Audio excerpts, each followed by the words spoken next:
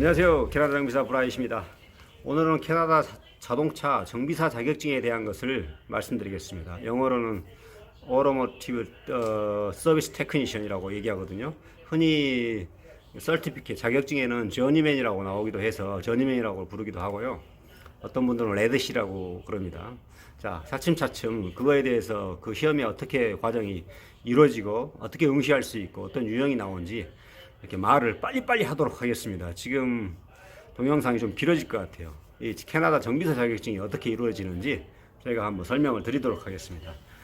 한국의 정비사 자격증은 우리가 쉽게 말하면은 캐나다에 비해서는 너무 쉽게 딸 수가 있어요. 왜냐하면 정비 학원을 다닌다든지 뭐 폴리텍 대학, 뭐 기능 옛날 말로는 기능 대학, 뭐 정비 전문 학교, 그리고 뭐 컬리지 대학 같은 경우를 통해서 이론이라든가 실습, 뭐 공학적인 것을 배우고 그거에 대해서 문제은행 같은 책도 나와 있고 교재도 나와 있고 그 다음에 실습 같은 경우에는 이미 어떤 교재라든가 유형이 정해져 있어요. 뭐 예를 들어서 뭐 엔진 분해 조립, 뭐 미션 어느 부분, 뭐 기동 전등기, 발전기 이렇게 딱 정해져 있는데 캐나다 정비사 자격증은 실습이라는 항목은 없습니다. 그냥 이론만 보게 되는데 왜 그렇게 될 수밖에 없냐? 시험 볼 수 있는 자격 자체가 한국은 뭐 정비사가 아니더라도 뭐 독학이라도 시험을 보면은 아무나 볼 수가 있는데 캐나다 정비사는 아무나 볼 수가 없습니다. 그리고 실질적으로 이 경력에서 진짜 2, 3년 경력 갖고는 안 되고 5, 6년 뭐 4, 5년 이상 이렇게 풍부한 경력이라든가 현장에서 직접 해본 사람들이 경력에서 우러나오고 그 경력으로 바탕으로 볼 수 있는 이론적인 시험만 보게 됩니다. 그리고 뭐 한국과 같이 뭐 문제은행식 같이 어떤 인터넷에 그런 교재를 팔지도 않고 그런 유형을 누가 주지도 않고 그래요. 말 그대로 진짜 현장에서 필요한 사람들이 시험을 보고 또 그런 사람들이 자격증을 즉 캐나다 정비사로서의 자격증을 판단하는 시험이기 때문에 누가 그런 것도 특별히 가르쳐 주지는 않습니다. 자, 그러면 캐나다 정비사는 그럼 아무나 볼 수 없는데 그럼 누가 시험을 봐야 되냐? 말 그대로 정비사 자격증이 필요한 사람이 보겠죠. 즉 현장에서 직접 일하고 있는 사람들이 보게 됩니다. 즉 캐나다 정비사는 먼저 시험을 볼 때 시험 기관으로부터 네가 시험을 볼 수 있는 자격이 있는지를 없는지를 판단을 하고 네가 시험에 볼 수 있다라는 자격이 이렇게 조사를 뭐 폼에 대해서 작성을 하고 나 여기서 근무했다는 경력을 증명할 때 증명이 인정될 때 시험을 봐요. 말 그대로 현장 경력이 있어야 되는 거예요. 즉 그 경력이 뭐 처음에 정비를 시작할 때 어프렌티십을 했느냐 또는 뭐 컬리지를 갔느냐 그러면 나는 그런 것도 안 하고 무조건 정비업소에서 현장에서 일만 하고 내 이론적으로 내 스스로 모든 걸 깨우쳤다라고 하신 분들하고 다 틀려요. 그러니까 뭐 컬리지를 간다든가 혹은 컬리지가 없는 지역이 캐나다 대부분입니다. 뭐 대도시 외에는 정비 학교 대학 같은 게 있지가 않아요. 그렇기 때문에 캐나다 정비사들은 컬리지를 다 가지도 않아요. 일부만 가게 되고 그런 과정이 없어도 이 어프렌티십 아니면 스스로 해서 다 정비사 자격증을 땁니다. 자, 그러면 차츰 말씀드릴게요. 지금 컬리지를 안 가고 하신 분들은 뭐 어프렌티십도 안 했어. 그런 분들은 트레이드 펄슨이라고 내가 현장에서 직접 일한 경력을 그 시험 응시 폼이 있어요. 내가 직접 일한 것을 증명할 수 있는 거. 그게 1800시간을 현장에서 네가 정비사로서의 현장에서 일했다는 것을 증명을 해야 됩니다. 즉 캐나다에서 직접 내가 일을 해야지만 그 1800시간을 이 법적으로 이 사람이 세금도 냈고 현장에서 정비사로 일했다는 증명을 해야 그 감독기관에서 너는 정비사 자격증을 볼 자격이 있어요 라고 연락이 오면 그때 시험을 응시를 해요. 즉 좋은 것은 뭐냐면 이민 오신 분들은 한국의 경력도 인정이 됩니다. 한국의 경력도 인정이 돼요. 한국에 내가 어디 뭐 기아 카크릭 저같이 뭐 거기에서 뭐 10년 이상을 했다 그러면 거기에서 쓰고 입력을 거기에 증명을 하면 번역을 통해서 증명을 하면 응시 자격이 됩니다. 자, 그건 또 나중에 말씀드리고 또 그 다음에 어프렌티십이라든가 컬리지를 안 갔을 경우는 직접 이렇게 현장에서 트레이드 펄슨으로 6년 정도 일하면 1800시간이 돼요. 그걸 인정을 하든지 아니면 어프렌티십 제도라는 게 있어요. 견습생 제도인데 그게 현장에서 일을 하면서 4년간 각 지역에 이게 직업훈련학교 같은 폴리텍이라는 같은 그런 학교가 있어요. 정비학교가. 그 1년짜리 과정도 있지만 대부분의 애들은 현장에서 정비를 하면서 1년에 2달만 갑니다. 이게 2달 곱하기 4년만 가면 돼. 아니 4년. 그러면 이게 248인가 8개월인가 8개월만 다니는 거예요. 나머지들은 뭐 현장에서 직접 정비를 하면서 이 1년에 2달간 각 엔진 뭐 미션 해년마다 프로그램은 다르겠죠. 엔진 분야별로. 그렇게 배우고 마지막 해에 4년이 지난 이후에 전임의 시험을 보게 됩니다.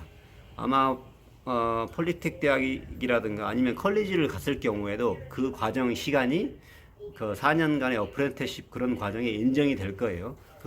즉 트레이드 펄슨은 1800시간을 충족을 해야 되고 그 다음에 어프렌티스십을 하시는 분이 전임회를 본다 그러면 7200시간을 만족을 시켜야 됩니다. 그러니까 이게 시간이 약간 차이가 나요. 뭐 교육기관에서 배운 사람들은 7200시간만 하면 되고 이렇게 일하는 현장하고 그 다음에 학교에서 배웠던 시간 있기 때문에 그리고 이제 학교도 안 가고 어프렌티스십도 안 했던 사람은 아까 말했죠 1800시간 6년간의 시간을 채워서 증명하고 시험을 보면 됩니다.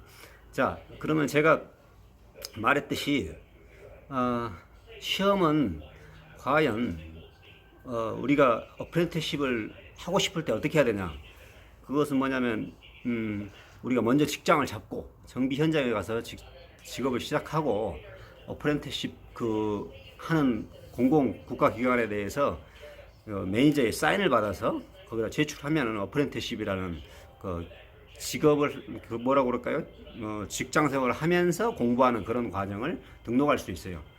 이게 거의 사회적인 룰이라 대부분의 뭐 사업의 매니저라든가 사장님들이 다 해줍니다. 왜? 기술을 배우고 자기들도 그렇게 배우고 정비사가 됐기 때문에 그게 사회적인 룰이에요. 뭐 이 사람이 1년에 2달간 빠진다고 해서 이 약간의 업무적인 지장이 있겠지만은 그게 사회적인 룰이기 때문에 대부분 승인을 해주고 또한 안 해주는 경우라면 또 그런 지원을 해주는 업체로 이동을 해서 정비사를 또 생활을 하시면 또 될 수도 있어요. 한국인 업체 사장님들도 뭐 해주는 분도 있겠죠.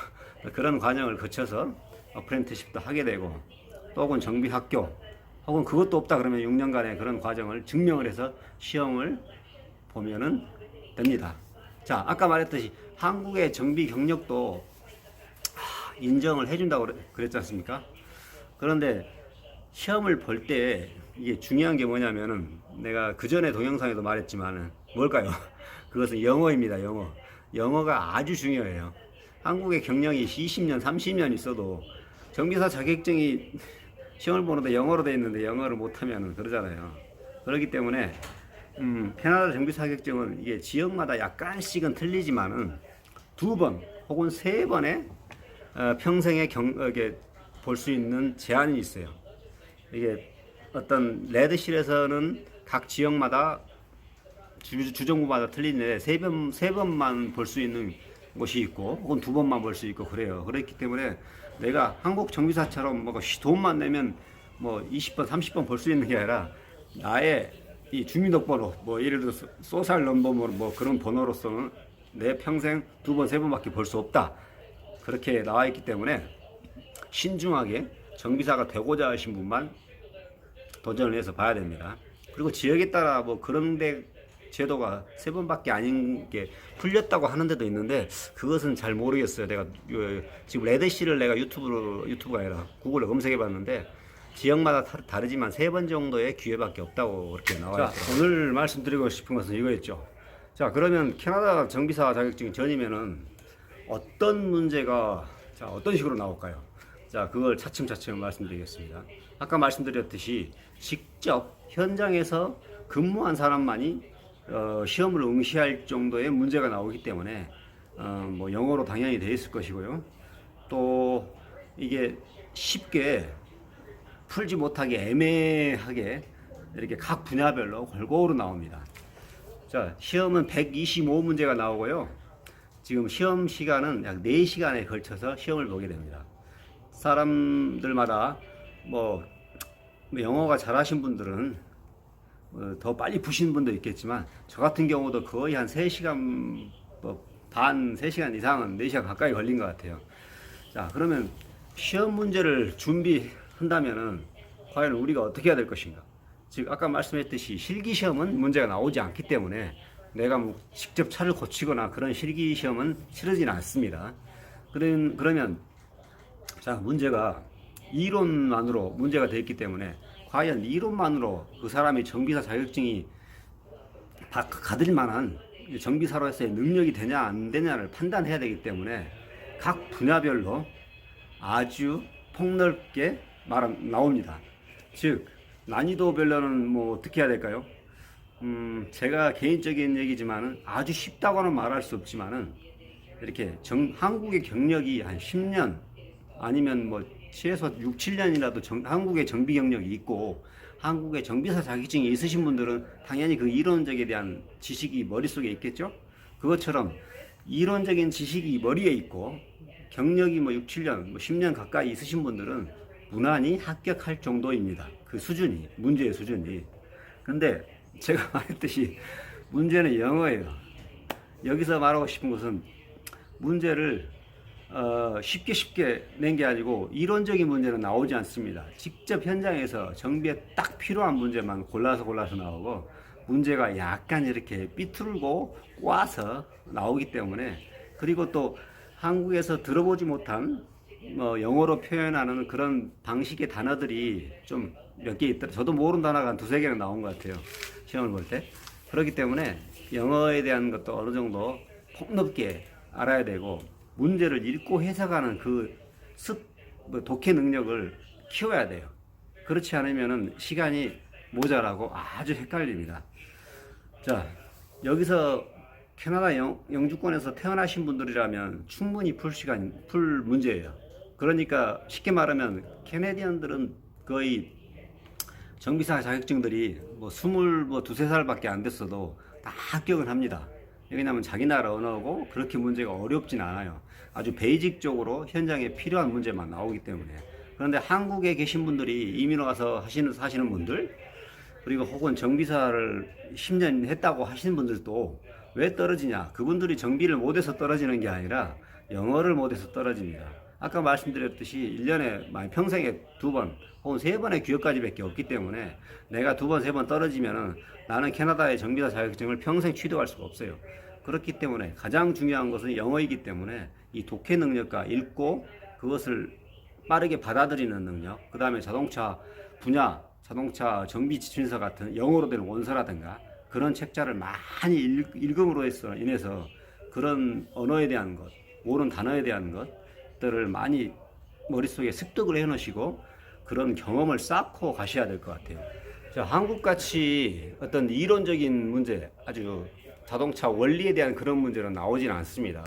뭐 마력을 구한다든가, 뭐 배기량을 구한다든가, 혹은 뭐 맥버슨 예를 들어서 맥버슨 차량의 원리, 뭐 단점, 뭐 장점 그런 것을 요구하는 그런 문제는 나오진 않고 계산 문제도 뭐 아까 말씀드렸겠지 어떤 뭐 공학적으로 계산하는 문제 그런 것은 나오진 않아요.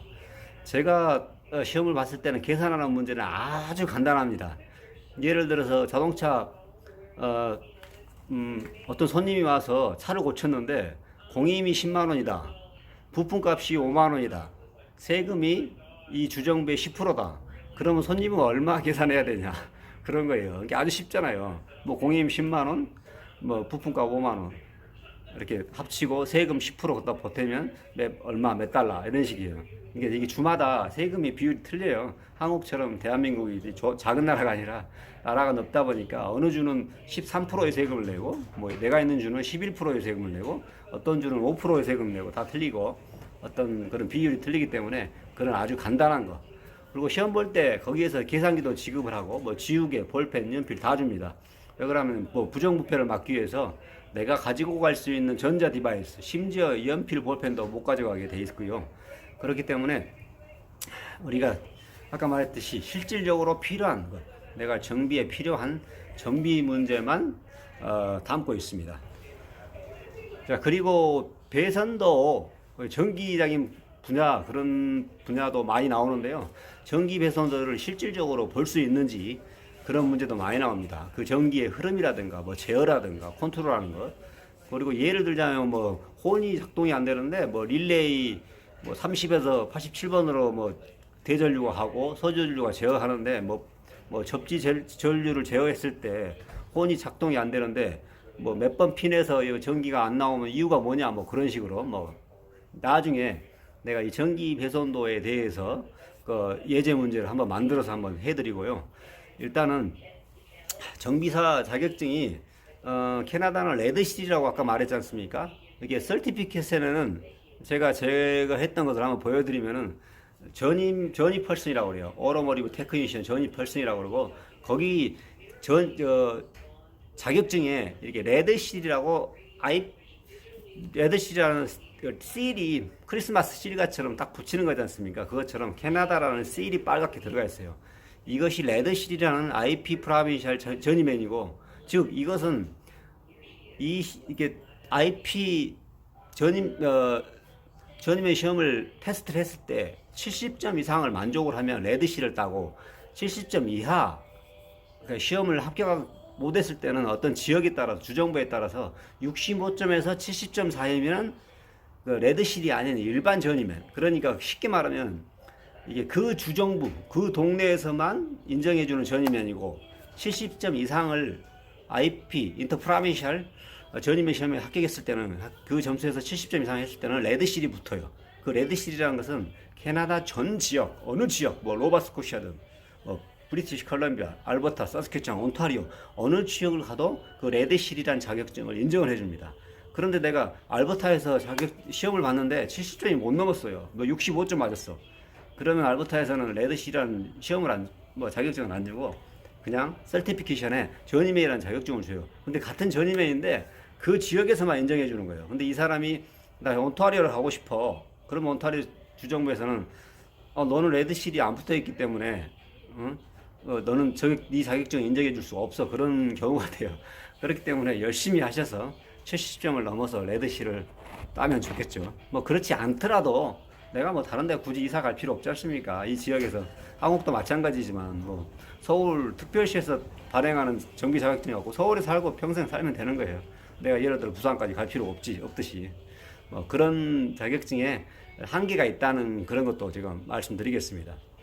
자, 그러면 레드실 전이면 시험 분야에는 어떤 분야가 나오는지 제가 지금 차트를 올리면서 설명을 한번 해드리겠습니다.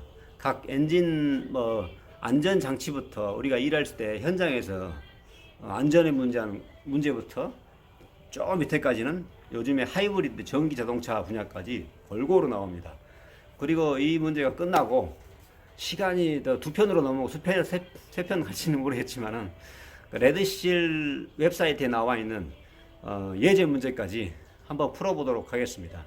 제가 예제 문제를 제가 풀었을 때는 자랑은 아니지만은 한국에서 또는 캐나다 와서 뭐 센터니얼이든지 뭐 사이트든지 BC에 있는 정비학교를 다니시고 공부하신 분들, 젊으신 분들이 있으신다든가, 그럼 아니면 이민 와서 정비사 자격증을 꿈꾸시는 분들은 이 예제 문제를 풀었을 때 90% 이상은 맞아야지, 제 개인적인 생각이지만 전이면을 합격할 수 있어요. 왜냐하면 요 레드실에 나와 있는 예제 문제는 아주 쉽습니다. 아주 쉽게 나와 있기 때문에 실질적인 레드실 전이면 시험은 좀 헷갈리고 아주 난해한 문제들이 많이 있다는 것. 그렇기 때문에 그것은 나중에 한번 풀어드리고, 다음 순서로서는 이 차트를 보면서 어떤 문제가 나오는지 한번 보도록 하겠습니다. 자, 차트가 어디 있냐? 자, 차트를 내가 첨부를 하고 하면서 저는 이 차트를 보면서 얘기하도록 할게요. Performance Common Occupation Skill이라고 우리가 안전, 자동차 정비 혹은 현장에서 일할 때 안전에 관한 공구 혹은 장비를 다루는 법, 혹은 아까 말했듯이 뭐 계산해서 손님한테 얼마 받습니까? 그런 것도 포함됐듯이 뭐 서류에 관한 문제, 그 다음에 대화에 대한 것, 매니저하고 내가 의사소통을 하는지, 매니저가 오더를 한 정비회가 지침서를 이해하고 어떤 부분을 찾아내는지 그런 것들. 그 다음에 이제 다음 그게 6%. 그리고 이제 다음으로는 이제 실질적인 정비 내용이겠죠. Diagnosis, Repair and Engine Support. 이것은 이제 엔진과 엔진의 부속 장치. 엔진의 부속 장치 여러 가지 있지 않습니까? 뭐 워터 펌프도 있을 수 있고, 뭐 터보 장치도 있을 수 있고, 엔진에 붙어 있는 뭐 EGR도 붙을 수 있고, 그런 엔진에 붙어 있는 모든 기차 장치와 엔진에 대한 진단과 수리 이것이 19%. 그다음에 Diagnostic Repair, Module Communication. 어떤 모듈과 모듈 간의 어떤 커뮤니케이션 그거에 대한 문제가 9%. 그 다음에 다이아고너스 리페어에 대한 드라이브 라인을 하면은 뭐 드라이브 샤프트, 베어링, 그 다음에 뭐 프로펠러 샤프트, 뭐 CV 샤프트, 엑셀 샤프트 그런 것 동력을 전달할 수 있는 모든 드라이브 라인에 대한 것 그런 것들을 모든 것들이 15% 정도 나오고요. 그 다음에 일렉트리컬 컴포트 시스템 이것은 쉽게 말하면 하이백이라고 그래요. 에어컨이라든가 AC라든가 히팅 시스템 그것을 통틀어서 17%. 그 다음에 스티어링, 서스펜션, 브레이크 그 다음에 서스펜션 컨트롤 트랙션 제어라든가 스테빌라이저 스테빌러티 그런 거, 그 다음에 타이어 허브 베어링 그런 문제를 통틀어서 21%. 이게 지금 그래도 분야가 여러 개라 문제가 부분이 좀 많은 것 같습니다. 21%로. 그 다음에 리스트레인트 시스템은 에어백 시스템이고 바디 컴포넌트, 액세서리 스트림, 각종 실내 인테리어라든가 에어백 장치, 그 다음에 바디 실내에 있는 컨트롤하는 그 부분이 8%. 그 다음에 마지막으로 요즘에 한참 뜨고 있는 한국에서는 하이브리드 일렉트리컬 비어클 혹은 일렉트리컬 전기자동차에 대한 것이 5% 이렇게 나옵니다. 자, 자동차 범위가 아주 광범위해요. 화학적인 분야부터 기계적인 전기 전자 분야까지 어마어마한 분야가 광범위하기 때문에 캐나다 정비사 한국도 마찬가지지만 캐나다 정비사는 진짜 1-2년 정비 경력 가지고 혹은 그런 것들을 단순한 교재나 어떤 이론적인 공학적인 책을 통해서 풀 수 있는 문제가 아닙니다. 아까 말했듯이 실질적으로 계산이 필요한 문제는 나오지 않고 실질적으로 우리가 현장에서 직접적인 경험에 대한 그런 문제가 나오기 때문에 우리가 진짜 이렇게 문제를 직접 현장에서 필요한 경험을 쌓고 실질적으로 그런 경력이 있어야만 풀 수 있는 문제입니다. 지금 웹사이트 상에는 그런 문제를 판매한다고 나와요. 구글 같은 데는. 그런데 그런 문제는 없습니다. 이게 없어요. 예제 문제도 비슷한 문제의 책자를 파는데 그것은 제가 누가 산 것을 저도 갖다가 풀어봤는데 전혀 도움이 되진 않아요. 비슷한 문제도 없어요. 그리고 미국에 있는 AST라는 정비 자격증을 캐나다와 틀린데 거기에 있는 책을 저도 한 권 사다가 이게 문제도 풀어보고 했는데 아주 그것도 틀려요. 이게 그렇기 때문에 유튜브 상에서도 그런 문제도 없고 구글 상에서도 그런 문제가 없기 때문에 이렇게 구글 서치를 해서 오토모티브 테크니션 문제라고 판매를 하거든요. 가입을 해서 몇십 불짜리도 있고 100불에 가까이 계산하는 것도 있는데 제가 말씀드리고 싶은 것은 거기에 절대 속지 마세요. 절대 필요한 문제는 없습니다. 그리고 현장에서 캐네디언들이라든가 그런 애들한테 직접 물어봐도 없다고 그래요. 그리고 이게 한국과 같이 문제은행식이 아니고 이게 진짜 내가 그 사람이 정비사 자격증에 대한 있나 없냐는 것을 능력을 판단하는 것이기 때문에 캐나다인들도 그것을 예제 문제를 가르쳐 준다든가 그런 걸 하지 않아요. 네가 정비사로서의 능력을 갖추려면 네가 경력을 갖고 네가 스스로 공부를 해서 네가 그 시험을 합격해야 되는 거지. 어떤 문제의식으로 이런 걸 가르쳐줘서 너를 취딩식 컨닝같이 해서 네가 정비사를 취득한다는 것도 옳지 않다라고 생각을 하기 때문에 그런 문제는 없습니다. 문제 유형은. 어떤 다른 분야의 문제 유형은 있어요. 뭐 용접 같은 경우는 한국에 뭐 에바 알버타 같은 경우는 그런 용접하신 분들이 워낙 많아서 그런 분들이 모아서 문제은행식으로 아니면 그런 걸 기억해서 문제은행식으로 만들어서 이거 컨닝은 아니지만 그런 문제 유형을 배포하는 경우도 있다고는 들었습니다. 자, 그리고 마지막으로 전이면식을 보는데 뭐죠? 통역관을 쓸 수가 있습니다. 한국 사람들이 내가 영어가 좀 못하니까 한국에 있는 한국 사람이 영어를 잘한 사람이 있으면 통역관을 써서 자동차 정비 자격증 시험을 볼 수가 있는데 저는 그것을 추천하고 싶진 않습니다. 왜 그러냐면 아무리 통역관도 그 통역하는 사람의 신분을 증명을 해야 돼요. 이 사람이 자동차 정비사가 아니다라는 걸. 절대 정비사에 관련이 없다는 것을. 그렇기 때문에 아무리 영어를 잘하더라도 그 사람이 정비사의 공학적인 이론, 실질적인 정비에 필요한 그런 단어들을 들었을 때 이해를 못해요. 그리고 해석을 자동차 정비 시험을 보는 사람한테 완벽하게 해석을 할 수가 없어. 통역을 할 수가 없어요. 그러니까 이게 통역하는 사람이 자동차 정비에 관심이 있어서 자동차 정비의 그런 용어에도 이렇게 익숙하고 좀 뭐 통역을 바르게 똑바로 해주면 상관이 없는데 현장에서 쓸 수 있는 이게 이론적이고 공학적이고 자동차 용어가 현장에서 우리가 일상생활에서 들을 수 있는 용어가 아니기 때문에 이게 서로 헷갈릴 수 있어요. 그러니까 제가 개인적으로 드리고 싶은 말은 통역관은 쓰지 말고 그냥 스스로 영어 공부를 해서 열심히 도전을 해보시는 게 나을 것 같습니다. 자, 뭐 개인적으로 통역관을 쓸 수는 있어요. 그런데 뭐 제가 주변에 보면은 통역을 써가지고 잘 되신 분들이 없더라고. 그리고 마지막으로 자 이제 문제를 한번 지금 해가 지금 이쪽까지 많이 넘어왔는데 지금 엄청 길어졌습니다.